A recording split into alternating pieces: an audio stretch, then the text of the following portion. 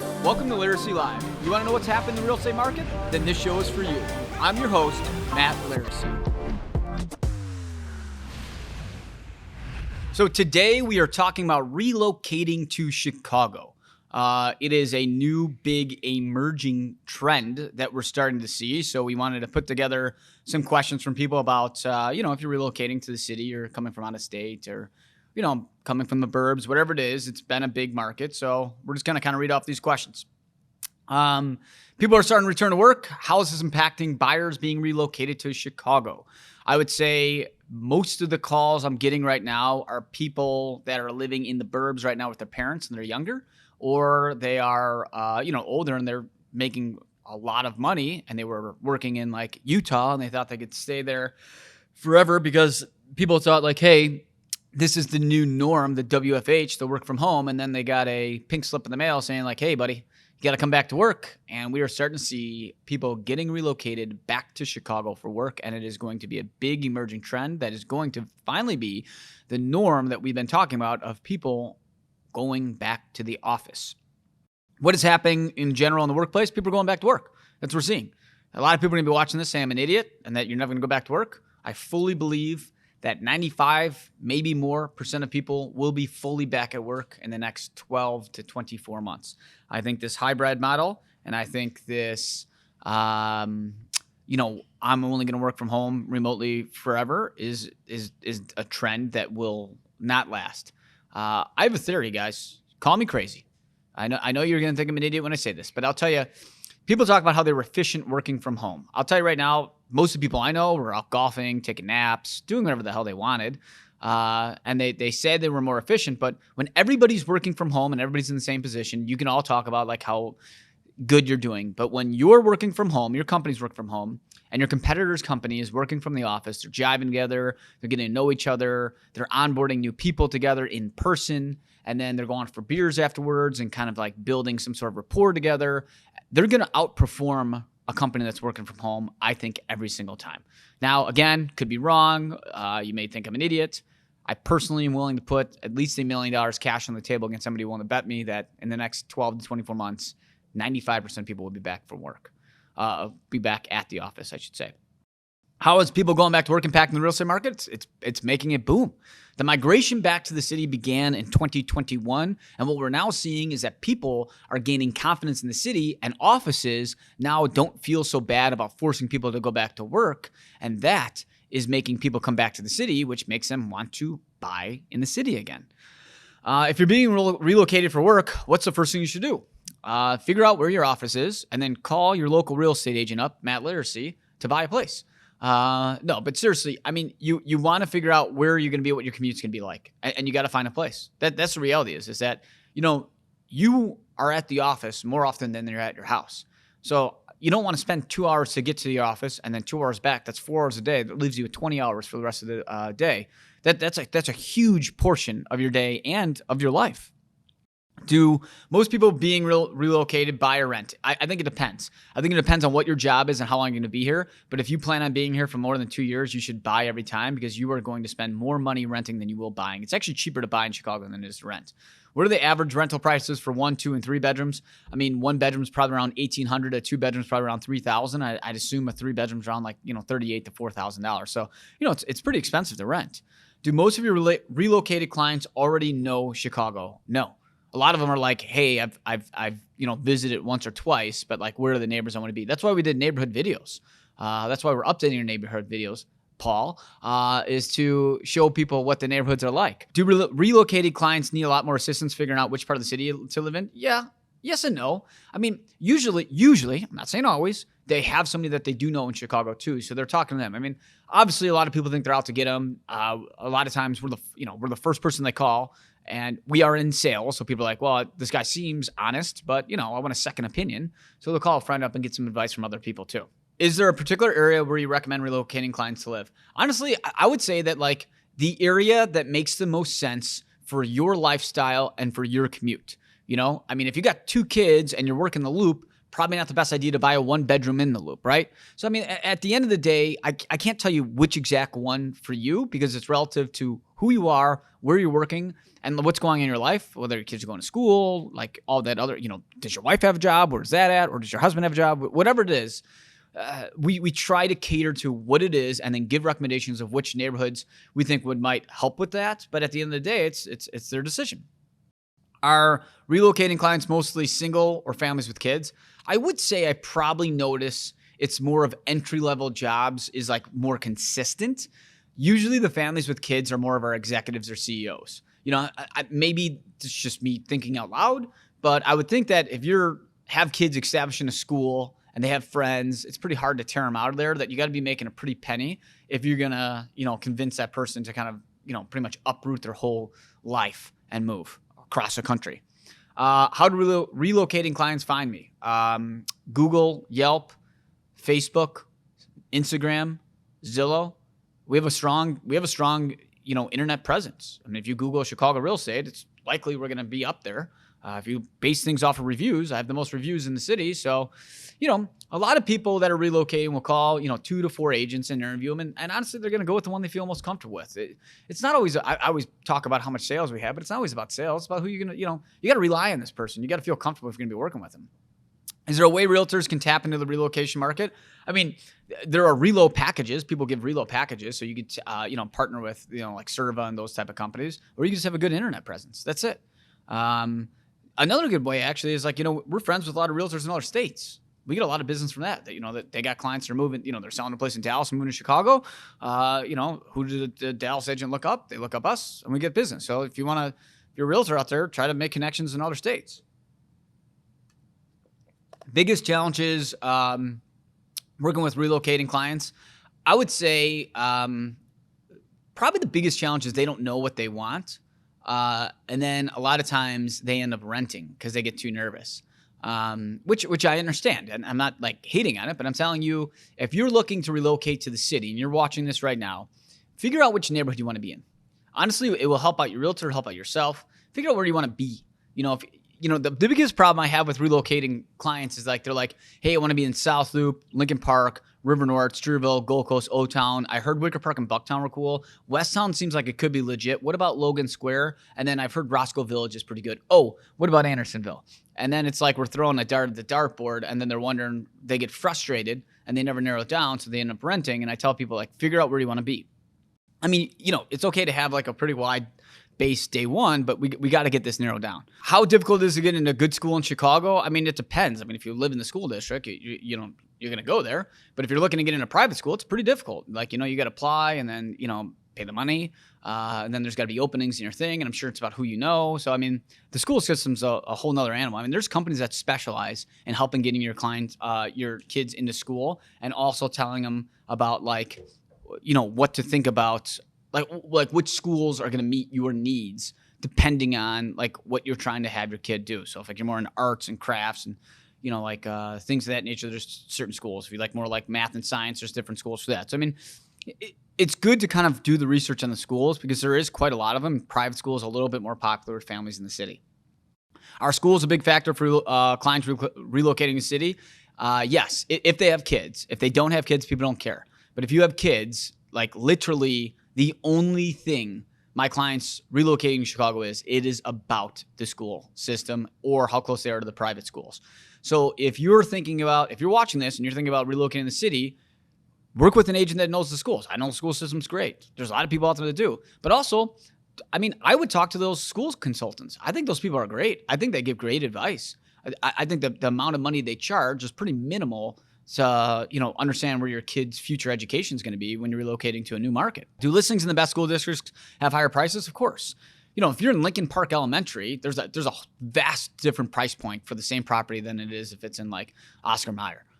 So I mean, yeah, better school district, higher price every single time. Are most relocating families looking for public or private schools? Honestly, I would say that most of the time they are looking at private, and the only reason I say that is because if they're uprooting the family and they're making them relocate across the country, they're usually making millions with an S of dollars a year, okay? And they usually have a huge amount of money in their savings account. So to them, it's about going to the best private school, not just a good, but the best. So it is a huge factor for them. Are there temporary housing options for clients relocating to Chicago? Yeah, there's always sublets and, short-term housing, and there's, executive rentals and things of that nature. We partner with companies to help put people there in case that happens. But generally speaking, people don't want to do a double move, meaning move here, stay there short-term, and then move again. Do you recommend relocating clients rent for a while to find a neighborhood they like, or just dive in and buy?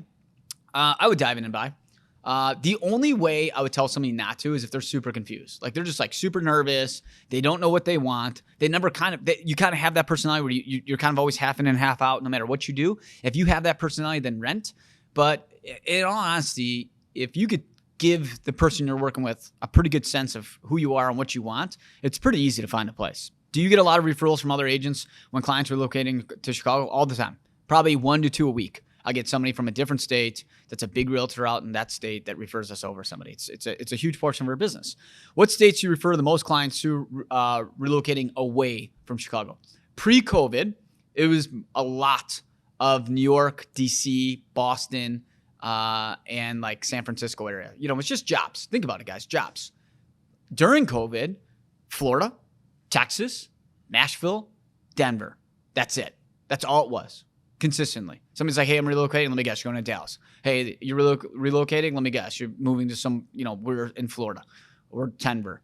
That was huge. We do a huge portion of referring out to other agents in other cities because, during the COVID times, people want to go to a warmer climate. Now that's why we're talking about relocating, because so many of those people that we referred out are coming back. It's becoming alarming how many people are coming back to the city. Which big employees do you hear about the most from relocating clients? I mean, honestly, we get a lot of people from like Google and the social media companies, and and then of course a lot of consulting companies like your Deloitte and PwC and things like that. So we get a lot of your big.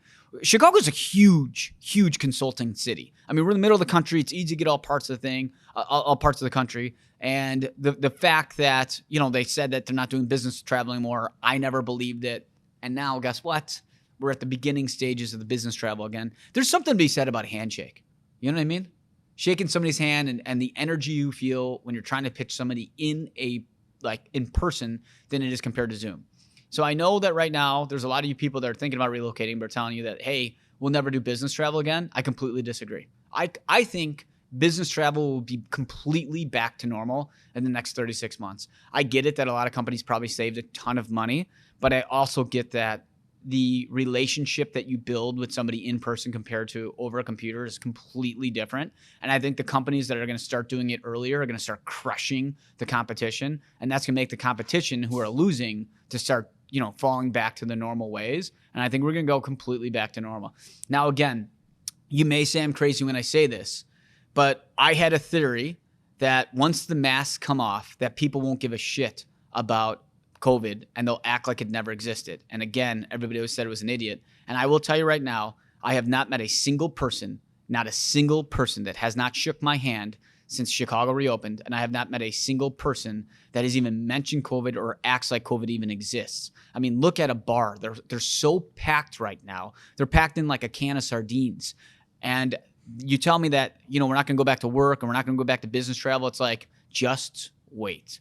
It's just the human tendency is so easy to predict because we are so predictable of where we're going to go. And the fact that we are already living our lives like COVID didn't exist when it comes to interaction, just wait till when it comes to business. If you think like business is just completely taken out of the equation and that we're all just going to keep making money like this but not have to work for it, you're crazy. I'm sorry to say it, but you're crazy. What new company offices open in Chicago do you expect to see an upswing in relocating clients? I mean, honestly, I think we're going to start seeing like huge, new hires of people coming from Google, and McDonald's is a huge company here. And I think all the consulting companies, I think all your big 5 consulting companies are going to start hiring like mad. And I'll tell you the reason I say that is because all I'm getting right now is people relocating from other states to work at these companies.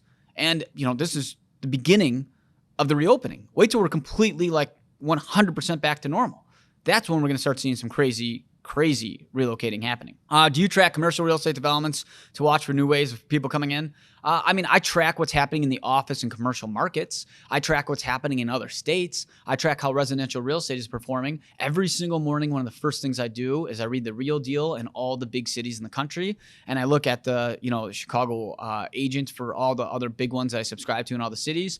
And I have news alerts on Google that alert me on anything that happens in real estate in big cities. And I have pretty much tags for every city that I care about in the country. And I briefly kind of browse the articles. And I do that every single morning, 7 days a week, 365 days a year. And that, my friend, is how I try to predict the market. Is I'm constantly analyzing, predicting, and looking at everything that's happening in the market to predict the patterns for the future so that we can understand and educate our clients the best of where we think the trends are going to go. Do any realtors partner with corporations to assist relocations? Yeah, there's a lot of people. There's some big name agents that have become friends with big CEOs. And I'll be honest with you, there's a lot of CEOs and CFOs that we're friends with at big companies that pretty much just spoon feed us all their clients too.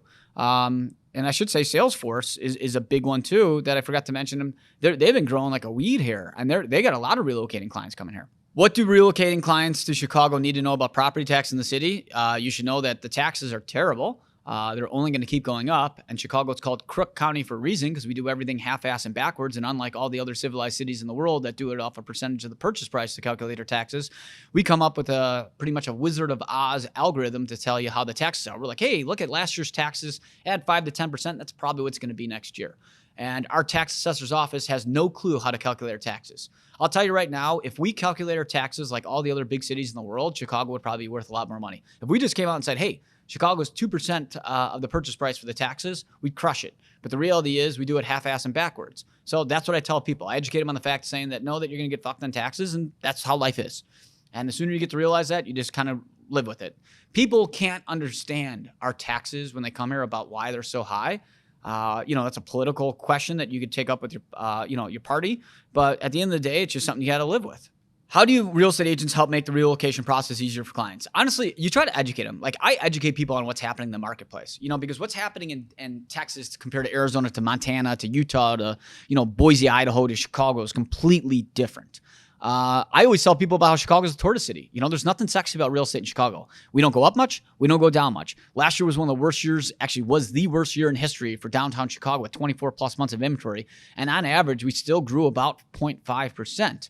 So that's great because other cities probably would have dropped like 20%. But then again, other cities go up 10% every 6 months. So, just educating people on the market and what to expect in each neighborhood makes this process a lot easier. Is Chicago affordable compared to other major cities? Absolutely. I say we're like a poor man's Manhattan. We got everything they got, but we're smaller, cleaner, and nicer.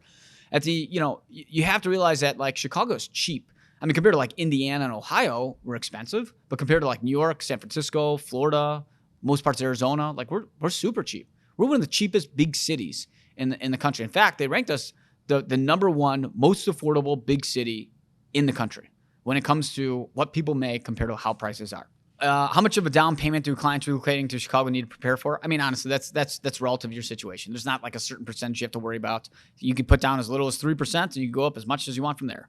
What do clients relocating to Chicago from other big cities need to know? They need to know about like how the city works. They need to know about how public transportation works. They need to know about like how they're going to get around the city. They need to know about what their commute is to work. They need to know about like how the taxes work. They have to know about like how much money a property could appreciate in the future, rentability, all that type of stuff. They pretty much need a crash course in the real estate economics and dynamics of our city. Are there certain lenders who are better for relocating clients? They should work with lenders that actually know what they're talking about and actually know the city. You work with a nationwide lender who doesn't know the transfer stamp taxes in Chicago, and the last minute you get slapped with a huge, fee. That's a big problem. So make sure you work with somebody local. That's it. Do you have clients relocating to Chicago that do a reverse commute to the burbs? Not really. It's very rare. Every blue moon, I'll get somebody who's like, hey, I'm going to actually be working in the suburbs, but I only like to live in big cities. But 9 times out of 10, my clients are really relocating to the city to live in the city because they're going to be working in the city. Can clients relocating to Chicago do virtual showings to cut down on travel? Yeah. So, a big thing that we do is we get a list together. We get videos for the clients of the properties they like. Then we do, FaceTime or Zoom videos with them in the units. And then a lot of my clients will make offer sight unseen, and they don't see the place, so they go under inspection or do the final walkthrough. But a lot of them too will do Zooms or FaceTime showings, and then they'll fly into the top 2 they have narrowed down, and hopefully they're still available, and they make an offer. What parts of the purchase process do clients need to be present for?